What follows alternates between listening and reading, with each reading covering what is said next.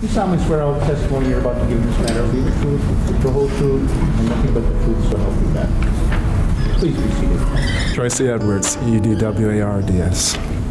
Mr. Edwards, we're going to ask you to speak up very loudly into the microphone. Okay. I would like to know in what state do you reside at the present time?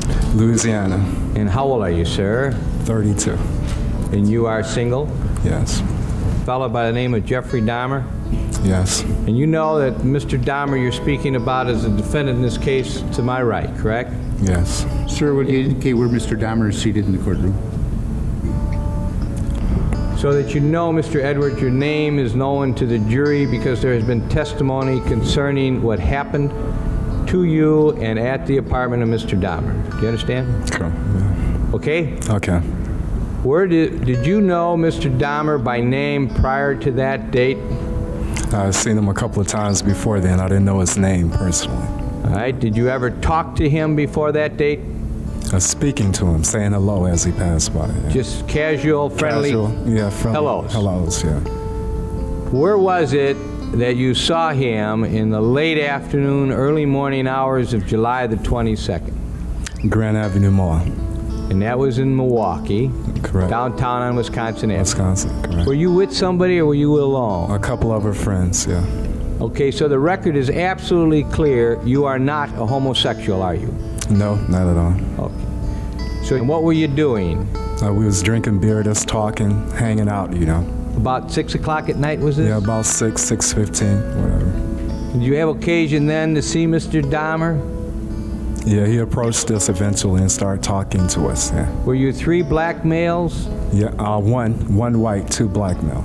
So you came up and started talking to you. What is it that Mr. Dahmer said to you? He said he was just in the city from Chicago. He was taking care of her sick grandmother, I believe, in West Allis. Yeah. And did he have any further conversation with you and your friends? Yeah, he was just talking. He said he was a professional photographer. He usually pays people for pictures and stuff like that if anybody was interested in making money at that time. Did he describe the kind of pictures that you were going to be posing for if you chose to take him up on the offer? He said nude. Nude. Right. Now, after he said that to you, what did you and your friends do? They were just talking, discussing it, you know, seeing what was going on, you know. They were going to meet up with us eventually later on that evening. Yeah. Meet up with who? Jeffrey at his apartment, but he gave them the wrong address at that time. Anyone go into a liquor store and buy anything? Mr. Dahmer brought liquor. Yeah. Talking to them. Then we're going to go up the street. I was going to go home and change and everything at this time. So we proceeded. We caught a cab at the bus station, you know. Okay. Yeah. Now, what was your plan as you were in front of that liquor store after Mr. Dahmer came out with the liquor and you had been talking to your brother? What was your plan? What were you going to do? You say you were going to go home and change clothes? Yeah, and eventually I was going to go over there, you know, and maybe check out what he was talking about making the money at that time. So your interest was in making some money? Right. Did he tell you how much you would be paid if you did pose for him? He said $100 for it. Okay. And then me and Dahmer, my friends said they're going to go and change and call up the girls and we'll meet up later on, you know. Yeah. Was there an address given as to where you were going? He gave them some address that wasn't correct. You know. You later found that out? Right, from my friends. Yeah.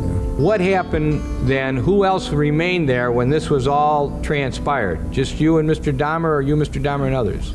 After it all had transpired, it was me and Mr. Dahmer in the cab, you know, leaving. You met up at about 5:45, 6 o'clock, 6:15. What time is it now at this time? It's maybe 6:30 as we get to 26th in Wisconsin. So you stop at 26th in Wisconsin, and what happens there? Okay, we get out the cab then, and then he suggested he go to the store and get cigarettes before he went to his apartment. At the time that you were walking with him towards his apartment, what was your plans on doing when you got to the apartment? Really drinking the beer, I wasn't really sure if I was going to pose or not, you know. Yep, I wasn't really sure at that point. No. Now, when you got to his apartment, how was he acting? Tell us about his... Tell me about his demeanor. You know what I mean by that, Mr. Edwards? Yes, how was he I understand. acting?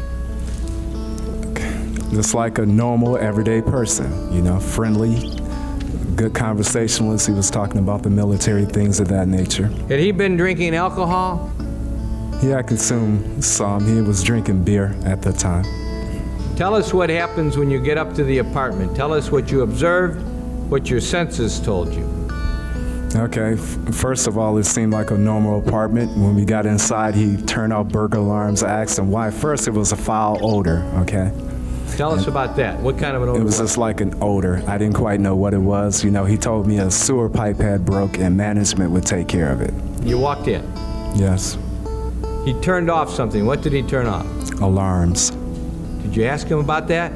Yeah, and he said the part of the neighborhood he was in, he was protecting his property, things like that, cameras, VCRs, TVs, things of that nature.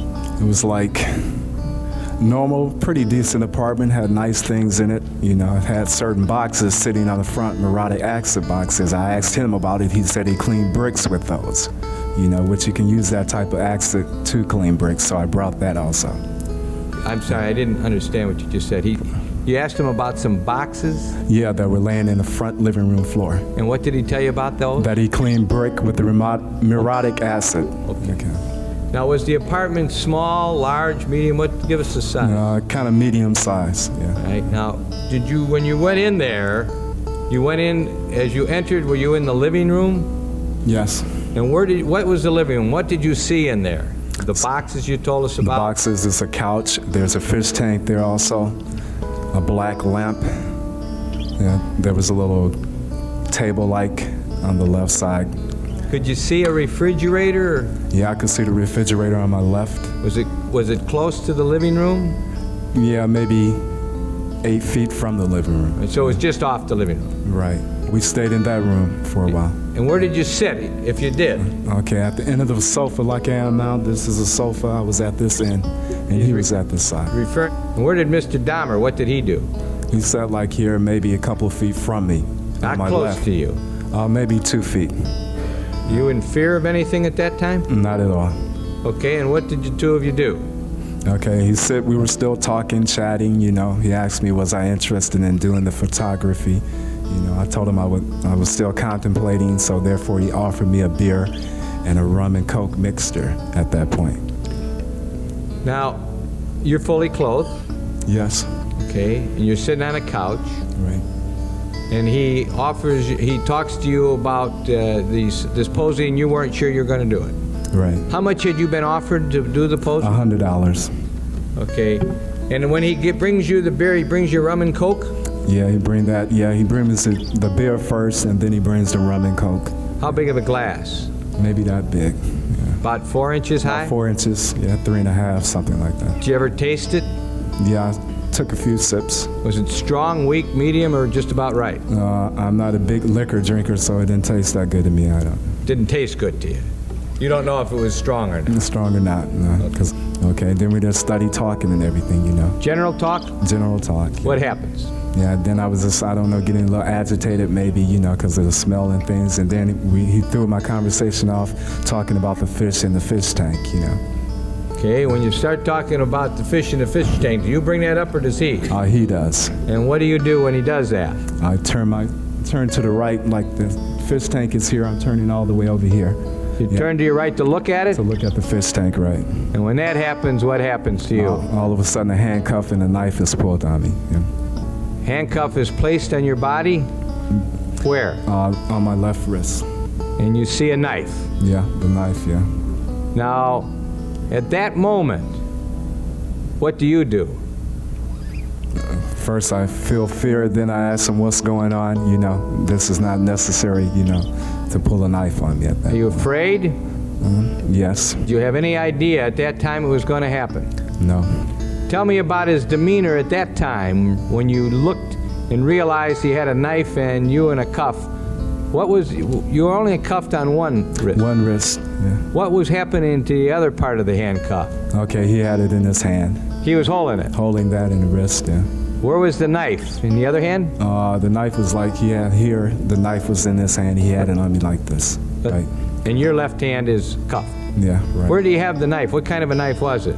It was like a military knife, a machete of some type. You know, he had it lowered right up under my rib cage, you know. Like so he had it somewhere in the back here. He had it pointed at your rib cage? Yeah. Did you feel it? Touch it? Yeah, he had it on me. He had it against my body.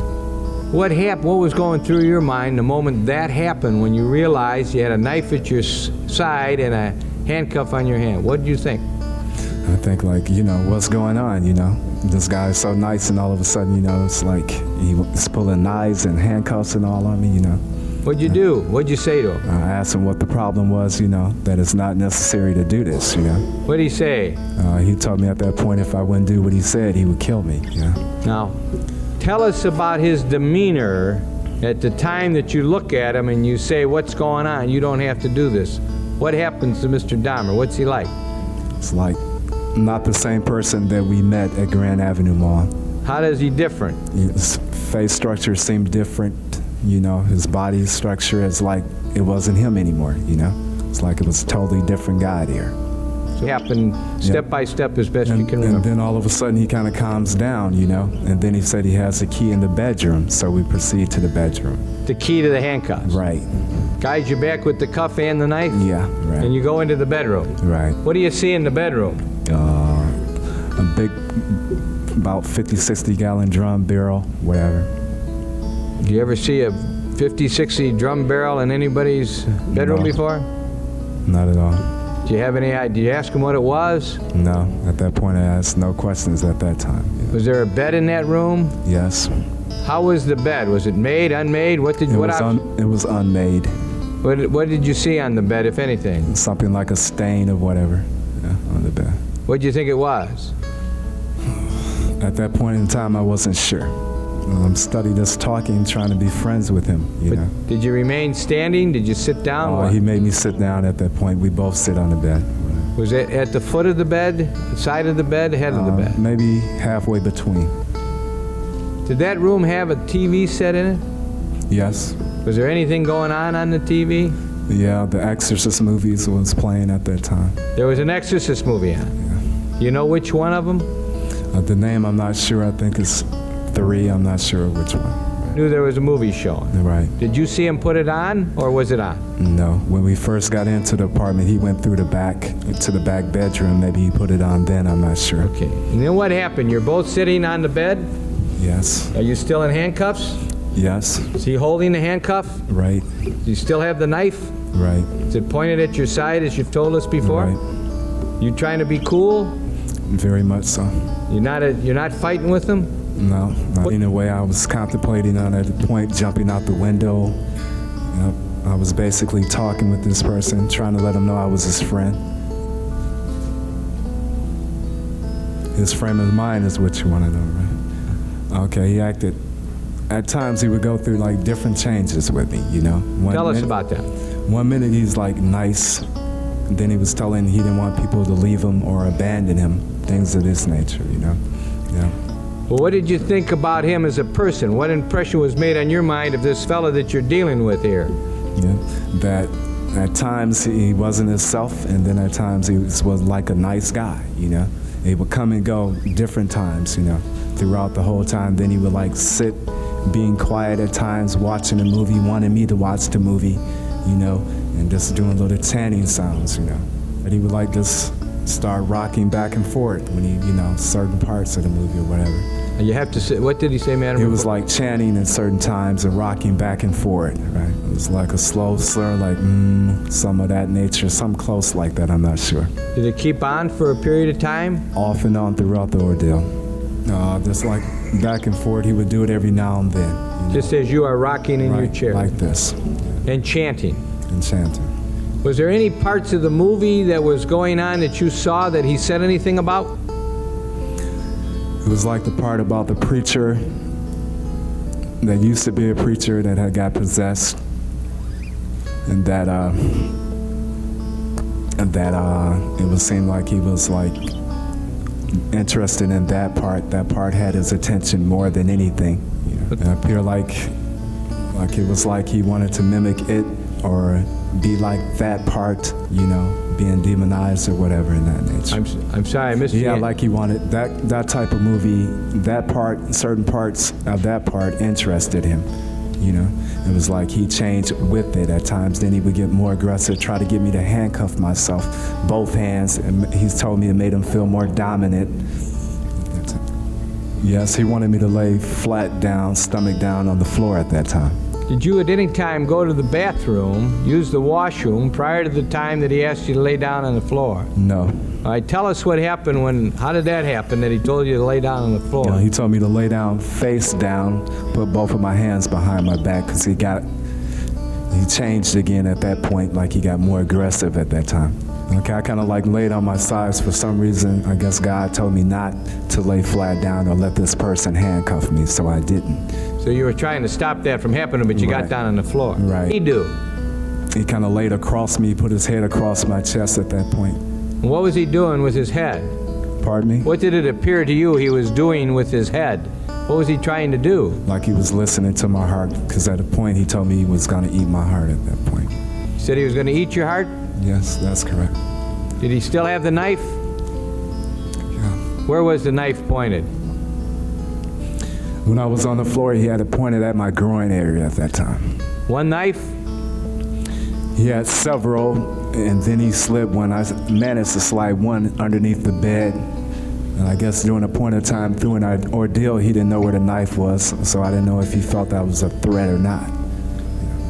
So when you say he guided, you still had hold of your handcuff? Yes. And you went to the bathroom? Right. Did you urinate? Yeah. Were you able to utilize your own zipper, or did he touch you at all? Touched me in no way. Didn't attempt to look, he just held me in back. You know. So in other words, he didn't try to look at what your penis looked like or anything? Not at all. So after urinating, did you think that you were going to be the victim of, did he ask to engage in any homosexual acts with you? None whatsoever. Okay, so now you leave the bathroom and what happens? Okay, then we go back into the bedroom. You know. It was like different time spans. We were talking about him losing his job. Then he would come to the person that I was first with, you know. And then at certain points he would change. You know, at first he was telling me about how people didn't care for him and things of this nature. And I was trying to comfort him, letting him know that I was a friend, you know, that I wasn't going to try to run away from him or nothing like that. Sir, the time spans I couldn't really tell you, but like he would like, I guess if you want to put it together in time, every 30 minutes, 20 minutes, something like that, you know. And then he would have moods of being just silent, you know. And I wouldn't say anything, try to provoke him or say the wrong thing. I would be silent with him. It was on a pretty good period of time, you know. And when it went off, I couldn't tell you. Did he continue to chant from time to time? Yes, it happened several times throughout the ordeal. Throughout the movie, maybe every 15 or 20 minutes, and then he would turn around and try to ask me to put both of my hands behind my back, and I wouldn't, you know, do it. I would talk to him. I'd tell him, you can trust me, you know, you don't have to do this, and that would calm him down a little bit. Yeah. He had the knife the whole time. Right. He's watching the movie, and he becomes very interested in the movie. Right. You don't do anything, just sit there. Just sit there and be quiet. Were you and he drinking during this time? No. So he wasn't running out, bringing you out and getting beers and coming back? No, I would have been out the window at that point. Sure. He had been drinking, but as far as being intoxicated, he was not staggering or anything of that nature. But you know that some people, when they have too much to drink, change their moods. Was that the kind of mood changes he was having, or a different kind of mood change? I think this was like more of an inner mood change than an alcoholic mood change. What kind of mood? It's like inner mood? Yeah, person change, not alcohol change. Bizarre individual, someone that was very confused at this time. Now there came a time when you went to the washroom again? Right, I suggested, because he had started getting aggressive a little bit again. I suggested to go to the bathroom. He let me stay in there by myself while he stayed outside the door at that time. And what happened then? And then I tell him, I was contemplating, I was asking God, shall I make my move now? And I was gonna just jump out the window. But when I got out, for some reason, I asked, could I have another beer? Yeah. And what did he do? And he reaches over, he guides me over and reaches in and get a beer. He still got you on the cuff? Yeah, and then he tells me, I told him I want to sit in the front because it's an air conditioner. And I was just going to try to jump out the window or go for the door or whatever. And because the back bedroom didn't have an air conditioner, only in the front. So I suggested we sit on the couch. I had unbuttoned my shirt to try to make him feel more at ease. And then I just sat on the couch and he just started going out of himself again. Like he wasn't there? Yeah, he started the chanting again, and it's like just sitting there, you know. And then I just, for some reason, I said, well, I need to go to the bathroom again, and he didn't follow me at that point. So I reached up, I got up, and then I hit him, and I ran out. So you hit him. Right. Did you have any other belongings I there? have my bag right there at the end of the couch. I sit in exactly the same place as I sit when I went in there. So when you got up, he let go of your cuff to let you go to the bathroom again? He didn't even, he just let me stay there. I was going to go for the window. At that point, he didn't even have the cuff. It's like I wasn't even there anymore. I just seized the opportunity. I said, well, at least I'm going to die trying. I'm not just going to sit here, you know. What'd you do, son? I hit him, and I ran towards the door, and he was right there, tried to grab me, get me back in there. And what happened? Then I made it outside. So he wasn't able to bring you back Bring in? me back in there, no. He tried. He tried. And as you left that apartment, as you got away from him, I'm going to ask you again, what impressions were made on your mind by the conduct of Jeffrey Dahmer, by the actions of Jeffrey Dahmer, by the manner, expressions, and conversations of Jeffrey Dahmer that you observed? Can you give us some words? It's like I told the policeman that this freak, this crazy guy, was trying to hurt me, yeah. Did you run out of the building? Yes, I did. Did you summon help? Yes, Milwaukee Police Department? that's correct. Did they come back there with you to the apartment? Right. Did you eventually go back into the apartment with the Milwaukee police officers? Yes, And then he was arrested. right. You gave a statement to the Milwaukee police a few hours later? Yeah, guess you could say a few hours, yeah. Edwards, through your lawyer, I had you come to Wisconsin to testify. That's correct. Other than your expenses, you're not being paid anything, No. correct? Is that true? That's true. Thank you, Mr. Edwards. Thank you. Mr. McCann, how long do we anticipate the cross-examination of this witness will I'd say take? at least half an hour, Your Honor. Okay. That being the case, I think it's appropriate that we take a recess at this time. About 15 minutes. Court's in recess. All right, please.